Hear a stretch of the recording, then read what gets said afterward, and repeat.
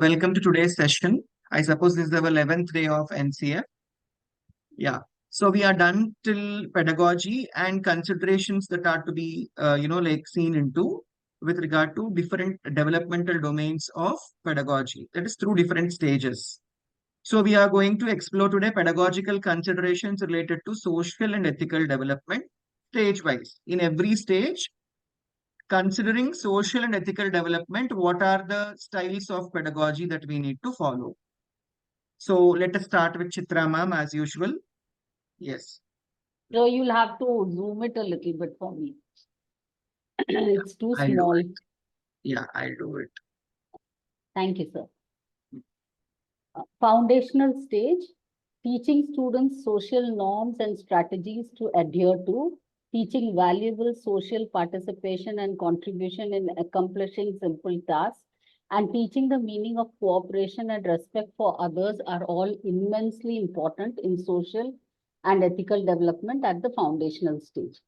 Social life is a long lasting reality that children must learn to intelligently navigate early on. Ethical and moral instructions at this stage are aimed at teaching children simply the good and appropriate from the bad and inappropriate actions. As we know, this is the stage where in early childhood, that's the period of early childhood after infancy. So what are we supposed to do is we have to instill all the good habits in the students, and we have to give all sort of moral instructions wherein children can actually discriminate between good and bad, actions. Apart from that, if we instill such good habits right at this stage itself, like in the long run, they are going to become good students as well as good children. That's how it is. Preparatory stage. This stage is also a time for learning about social participation and contribution. The pedagogic strategies must enable pair work, small group work, and individual work in mixed proportions so that students are actively learning to work together with sensitivity, mutual respect, and listening, cooperate with others, and also accept cultural differences and diversity of approaches in thinking and feeling. Teachers must engage students with basic ethical and moral questions about equality, fairness, sharing, and cooperation. In foundation stage, when we are just introducing children to social participation, here we are taking it for a step further. Wherein here they are into social participation. At the same time, they have to understand the diversity and they have to indulge in small group work and large group work and pair work so that they develop a sort of mutual respect to each other. That is very much important. And here, few aspects like equality, fairness, sharing things with others, cooperating with others, such sort of things are to be taught to the students. Middle stage. Peers seem to become far more prominent in the lives of students at this point, and this can be leveraged to the advantage of the learning atmosphere. Like the preparatory stage, the pedagogic strategies here too must plan for pair work, small group work, and individual work in good proportions. Mixed small group work would allow for listening to and thinking together with different people. Many lessons must allow for learning to work together with others, for healthy ways of testing one's abilities through social facilitation, and for respectful and supportive and sportive competition. The pedagogy must explicitly aim through content selection and interactional strategies at fostering sensitivity and respect for diversity in gender, class, and cultural background. Students will need to learn to navigate their social world, including parents, teachers, and community, and will require clear expectations and rules set in these interactions. Teachers could discuss equity and respect for others as part of ethical reflection in class. It is also a time when they start learning about the world as much bigger than their immediate surroundings. So it is important to give them a sense of the cultural diversity that they are part of in our historically, geographically, and culturally rich country. Yes. So in this stage, we are, seeing it that the peers, importance of prominence of peers is more in middle stage. So what is happening is a good proportion of mixed work, wherein children get to, work with others. Such sort of activities are to be arranged. And also children should know one's, abilities. And we should instill quality like social facilitation and respectful sportive competition among the सब students. समझते हैं Apart from that, we should also, foster sensitivity among the students, respect for diversity in gender, as well as cultural background of the students. And children should also know how to navigate through, which means how to deal with parents, how to deal with peers, and how to deal with teachers and community. Okay, and there are a certain set of rules and regulations which we need to set for these particular students so that they will understand how are they expected to behave in the society, in the community. So that's how it is. Moving on to the next stage, secondary stage. Secondary stage. Students at this stage are young people with emerging opinions and loyal allegiances with capacities for energetic participation and vehement dissent, forming strong allegiances, explicit interest in varied ideologies that one can identify with, idealizing individuals from politics or sport or the entertainment industry, and other similar impulses seem to show up in this age group based on the need for belongingness in students. Actual friendships, tightly knit small groups, in groups and out groups, and peer conformity would be features that can be used to the advantage of learning about oneself and the world around them. This is also the time to actively encourage individuation in thinking and reasoning while being able to respectfully listen to and understand others. Challenges such as bullying, isolation, and confusion with boundaries will need to be met in the context of the classroom and outside. Teaching strategies can include delegating responsibilities, allowing students to take charge of their own learning, and regulating each other's learning with a focus on helping others learn better. Teachers could actively talk with students about ethical and moral actions connected to social participation and change. It is also an important time in the lives of students to address ideas of identity and heritage, about what it means to be Indian, that is Bharatiyata, and belong to our vast and culturally rich nation. Yes. So here, secondary stage is a very sensitive stage as we have, explored earlier, because adolescents, you find children who are into the group of adolescents in this particular stage. So what happens is they have different types of opinions, they have different types of capacities. Uh, for all these things, we have to handle the students in a sensitive and appropriate manner. Like they should develop a sort of belongingness. Teachers should develop a sort of belongingness towards students, and students should develop a sort of belongingness towards the class. Apart from that, this is the stage wherein actual friendships are going to start. There will be lots of peer influence. Even in the decision making, peers are the people who are going to, influence the children a lot. So, challenges such as bullying, isolation, and confusion with boundaries will need to be met in the context of classroom and outside. Teachers have to take active participation in addressing such sort of things. And teaching strategies, while we are using certain teaching strategies in the classroom, instead of the old methods, like teachers can also go with, giving proper responsibilities to the students so that they understand how responsible we are supposed to be. And, they should also self-learning. We should promote self-learning. Apart from that, buddies, we can have, reading buddies and all, like who will be taking care of each other. Teachers should also speak about morals and ethicals to the students. Apart from that, Bharatiyata is an important aspect, especially in the secondary stage, that we need to instill among the students, so that these are the children, if properly instilled into Bharatiyata, they will develop a belongingness towards vast and rich cultural diversity of our country. Next, let us go with Aarti ma'am. Pedagogical considerations related to cognitive development. Yes, sir. So in foundational stage, pedagogic strategies for this stage must ensure foundational literacy and numeracy for all children, as this forms the basis of all further learning. Exposure to rich learning experiences in language and mathematics and rich aesthetic and cultural experiences through art, crafts, music, dance, stories, and theater would enable sound overall cognitive development. Multimodal forms of TLMs, adequate outdoor experiences, one-on-one teacher attention, and physical wellness would also address the cognitive developmental needs of children at this stage. Yes. So in foundational stage, first and foremost importance with regard to cognitive development is given to foundational literacy and numeracy, which would foster a very good, literacy and numeracy skills in the long run.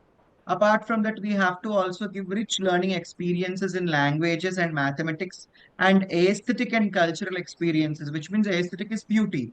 Okay, through arts and crafts, music, dance, and stories. Also, theater is mentioned here. Okay, so that all these things together, they enable very good cognitive development in the minds of the students. Okay, TLMs also should be multimodal TLMs. Adequate outdoor experience has to be given to the children. One-on-one teacher attention has to be given in foundation stage.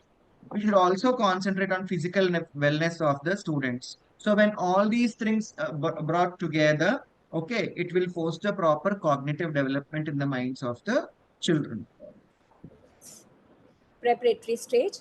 Pedagogy at this stage will require a gradual move to more thinking and analyzing after doing and observation with plenty of material to engage with, repeat, and practice.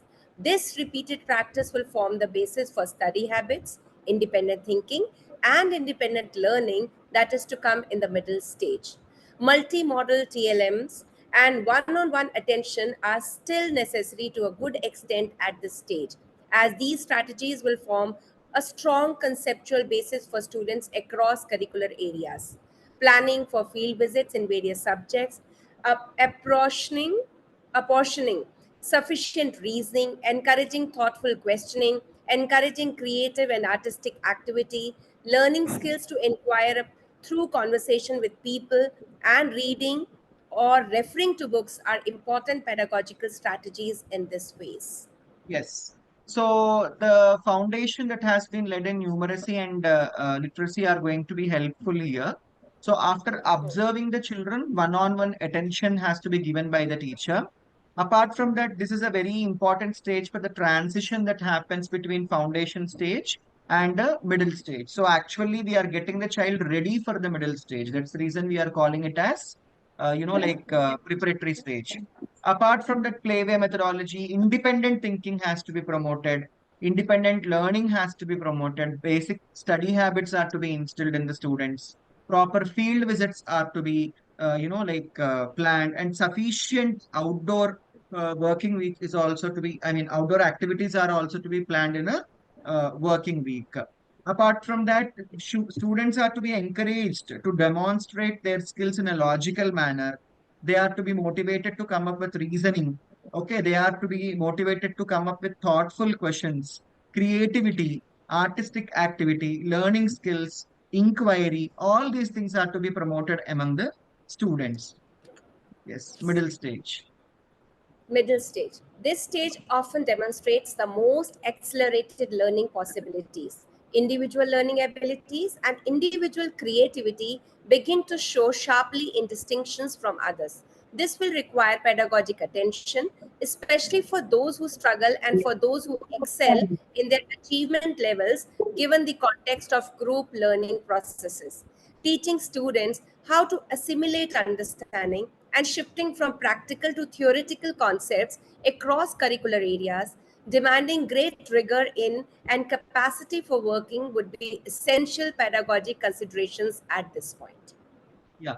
As we know in the middle stage, what happens is basically, theoretical concepts are introduced. So lots of pedagogical attention has to be given to the children here because most of the children, they don't understand theoretical concepts. So for the students who are struggling with such sort of concepts, teacher has to take special attention. One-on-one attention might be needed here because of this condition. Apart from that, students who are struggling with academic gaps, they are also to be supported properly. Cross curricular areas are also to be monitored properly, and these are the basic pedagogical considerations of middle stage. Hmm. With the introduction of newer curricular areas, it would be important to create adequate scaffolds for students to keep their interest and confidence in their intellectual capacities.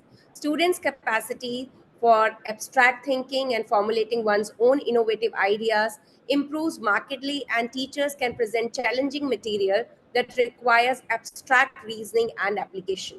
Rules for technology and media usage becomes necessary in this stage. Teachers need to demonstrate in their teaching transactions and explicitly teach a discerning educational use of the internet and media gadgets in learning. This would require conversation about safe and healthy practices in using the internet, new media technology, and gadgets in the context of the curriculum. Yes. So here again, every child has got a different set of capacities. So teacher should identify such sort of capacities and improvement has to be shown. Apart from that, there might be challenges, situations for the teacher. So teacher has to come up with adequate knowledge as to address this challenging, situations because children are into middle school. Apart from that, a teacher has to use technology a lot, especially using internet in day-to-day learning life of the child. But teacher has to also tell the students which is the safest way to browse the internet. So use of gadgets has to be allowed in the curriculum, but at the same time, we have to, come up with proper, rules and regulations that children need to follow either at school or at home while using the gadgets and internet.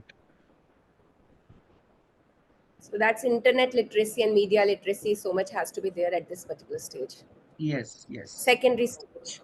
There exist ample possibilities for maturation in thinking, learning, practicing, and creative expression in this stage that spreads over 4 years of student life.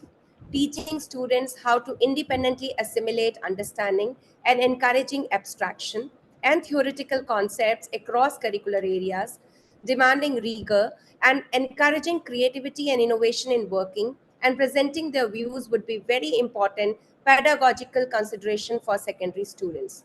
Newer curricular areas and choices in specialization begin at this stage, and it would be important to help students make their decision in subject choices and create adequate opportunities to sustain practice in these. Given their age and independent technology and media use rules will need strong follow up and reminders. As less supervision is possible, and the discerning educational use of the internet and media gadgets and learning principle taught in the previous stage is likely to wane. This will require repeated reminders. Caution against distractions while learning, cyberbullying, compulsive use, and many other unhealthy practices in using the internet will be required from teachers, especially as students will be engaging with online research for learning much more in this stage. So they have emphasized upon individual learning over here. So this is the age wherein, lots of maturity happens in the way they think, the way they learn, the way they practice things, and they come up with creative expressions. So individuality has to be promoted here. Students should be given all the freedom to learn on his own. Apart from that, we should allow children to come up with their own opinions about the theoretical concepts. That is the important part of pedagogy in the secondary, stage. Apart from that, as per the new curriculum, there are choices for the children, like children can choose subjects of their interest.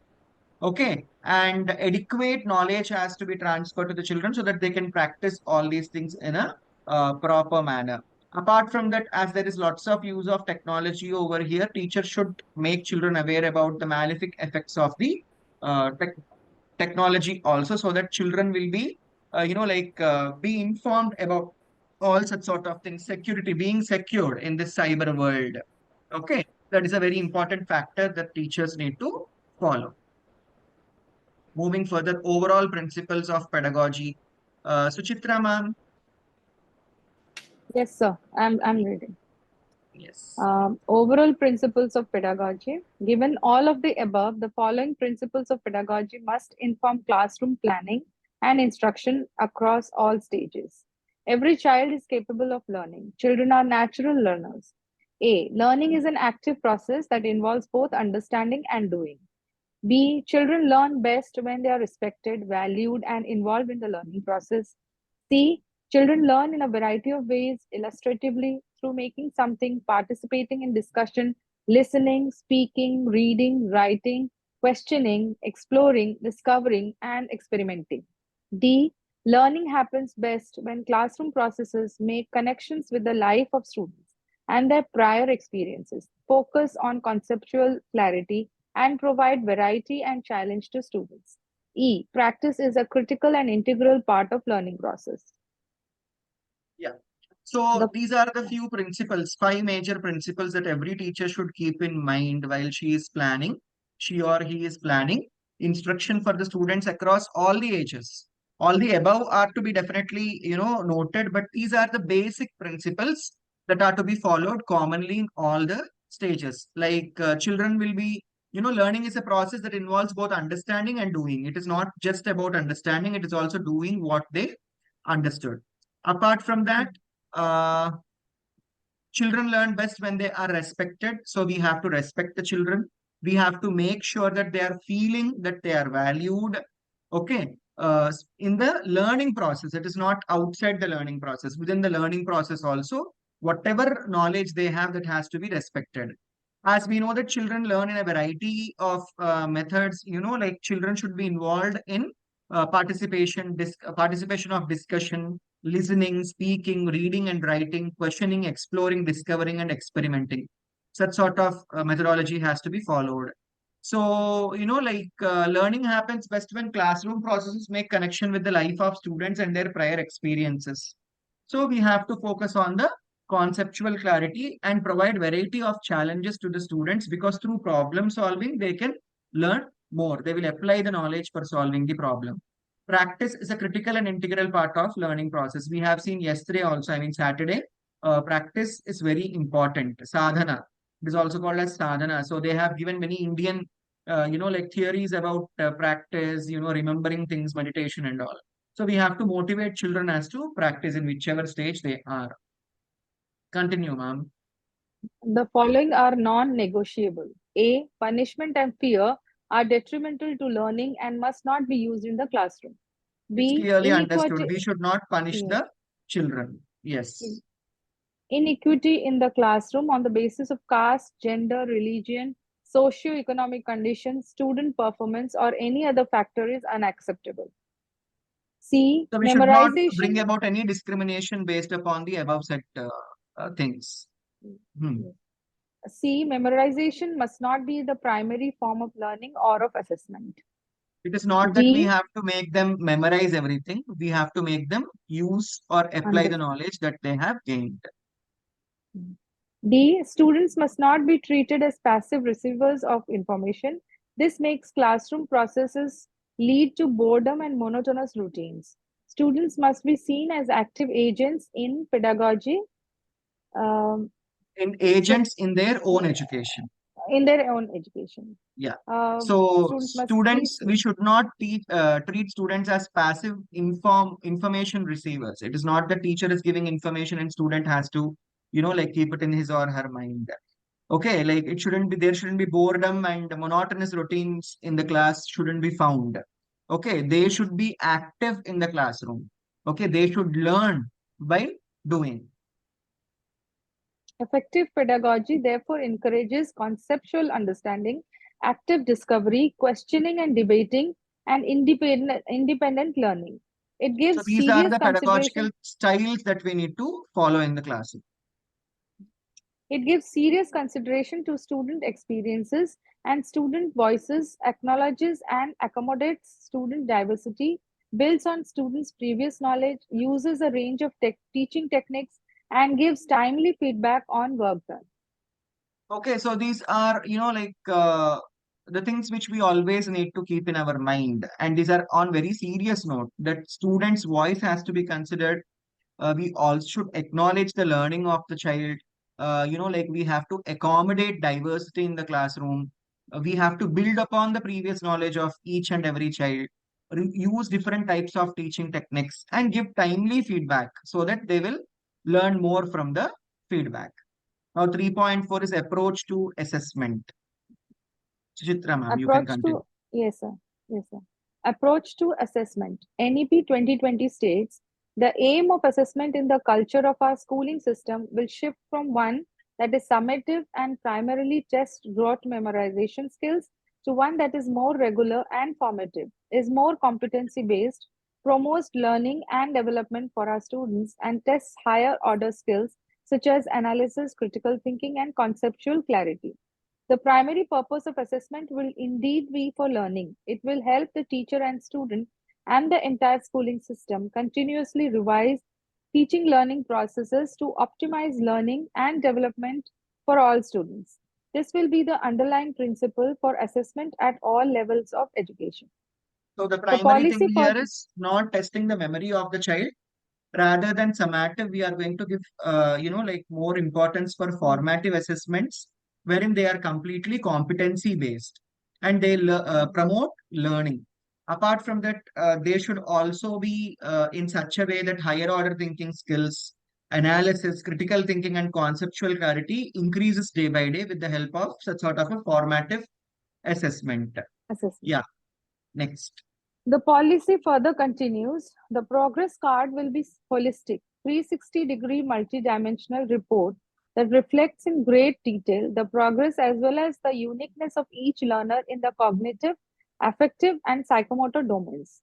It will include self-assessment and peer assessment and progress of the child in project-based and inquiry-based learning, quizzes, role plays, group work, portfolios, etc., along with teacher assessment. The holistic progress card will form an important link between home and school and will be accompanied by parent teacher meetings in order to actively involve parents in their children's holistic education and development. The progress card would also provide teachers and parents with valuable information and on how to support each student in and out of the classroom.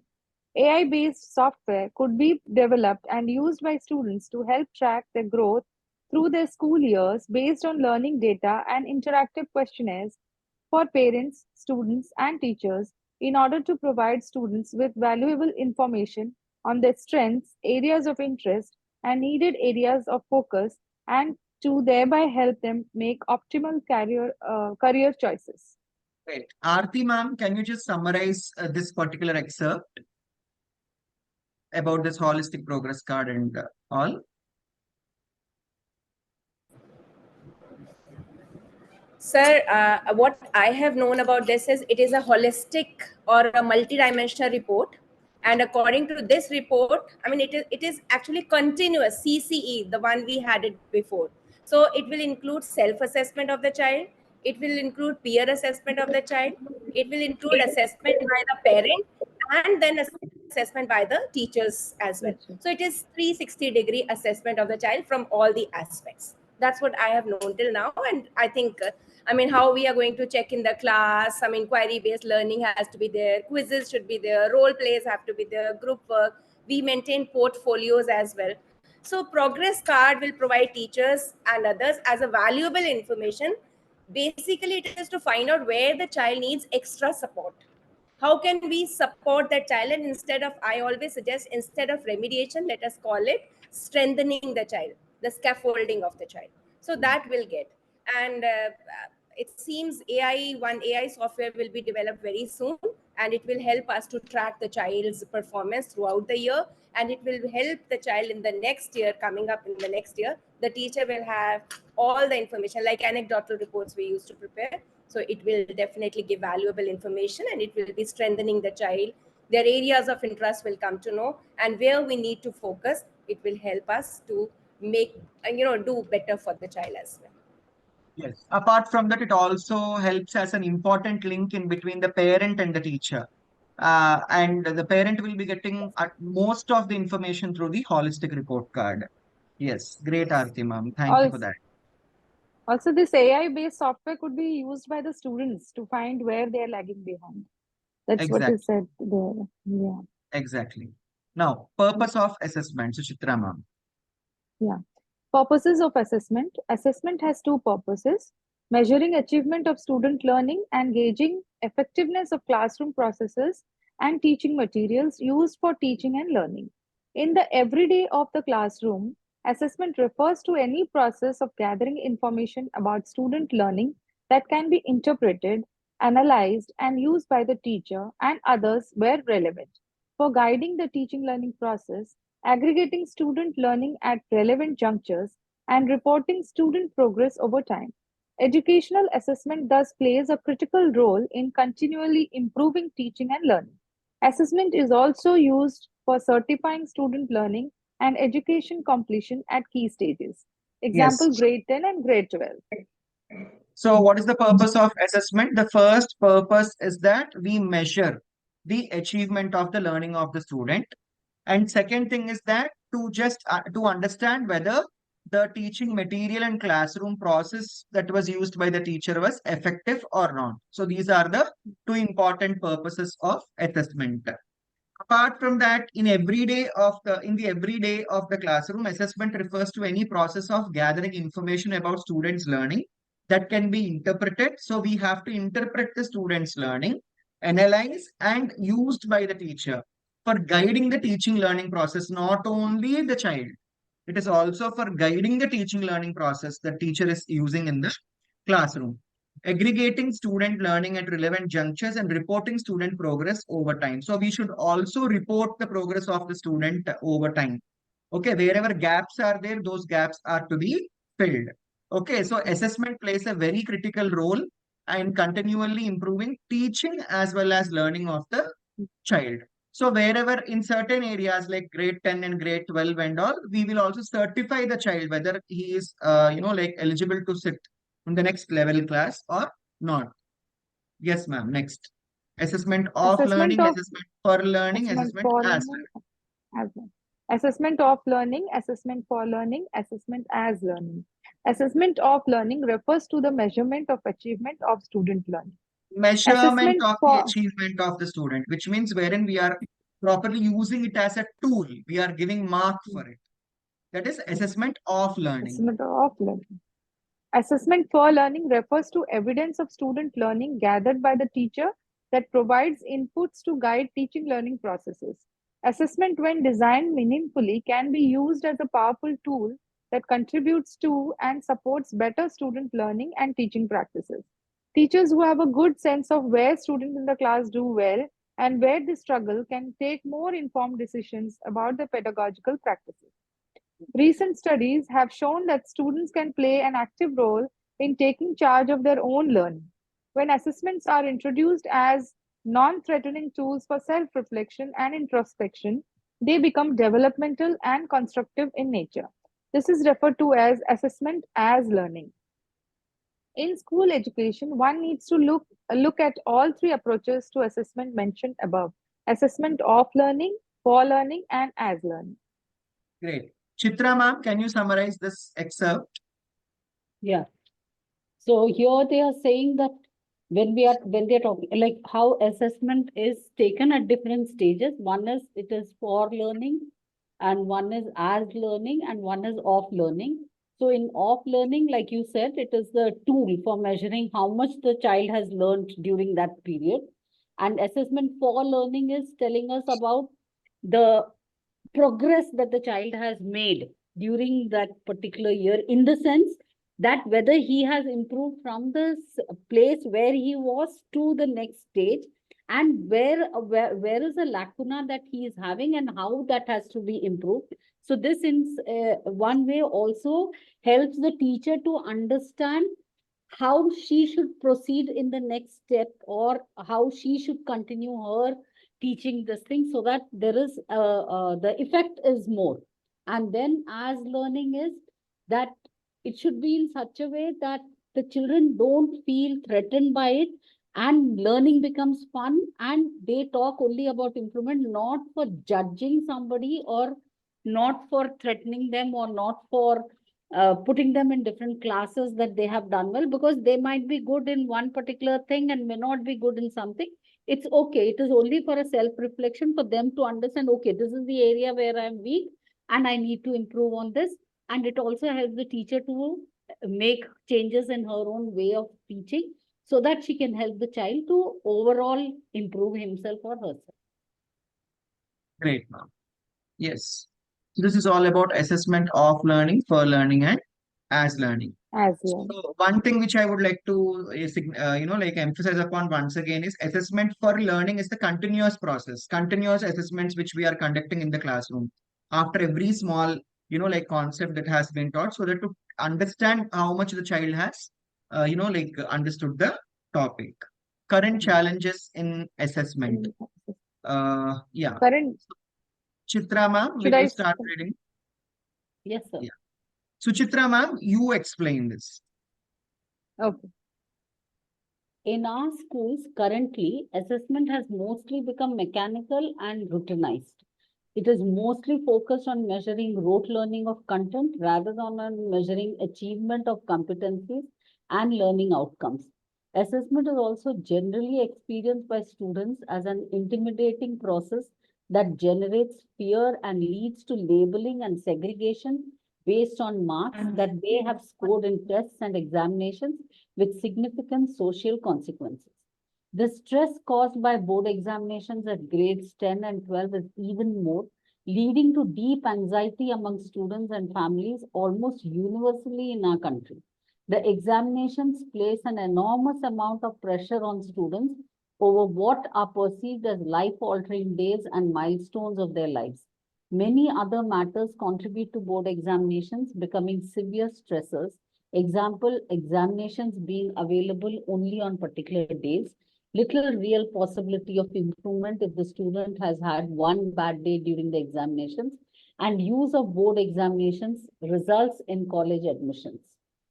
The current structure of many, but not all board examinations forces students to concentrate only on a few curricular areas at the expense of others, preventing truly holistic development. Rote Once the meeting is memorization over, everyone join with the same link. We have only 1 more minute. Yes, ma'am. Rote Continue. memorization and coaching for performing on these examinations becomes primary, while real learning through understanding, thinking, analyzing, and doing becomes secondary. Ideally, examinations should be, sir, I think, Yes, yes, yes. Mm. ideally, examinations should be seen as certification and also learning experiences from which one can learn and improve in the future. The current board examination system does not lend itself to this. India has over 60 boards of examination, some of whom have taken definitive actions to address many of these issues. Great, ma'am. So, Suchitra ma'am, now it is